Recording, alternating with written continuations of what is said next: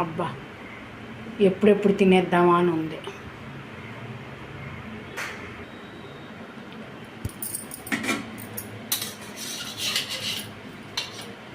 Andhra special మినపరొట్టి.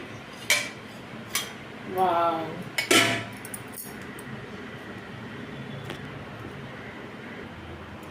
Andhra special దిబ్బ రొట్టి, మినపరొట్టి.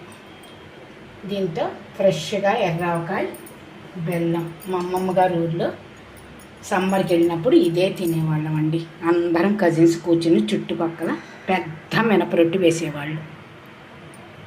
ఒక మినపరొట్టి 10 మంది 15 మంది కుంపటి పొయ్యి మీద కాల్చి సన్నపు సగం చేసేవాళ్ళు.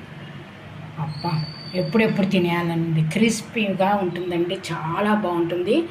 ఆ రోజుల్లో ఒంటికి కూడా మంచిగా ఎముకలు గట్టిదనం అనేవారు మినపరొట్టి. ఎర్రావకాయ, బెల్లం, మినపరొట్టి.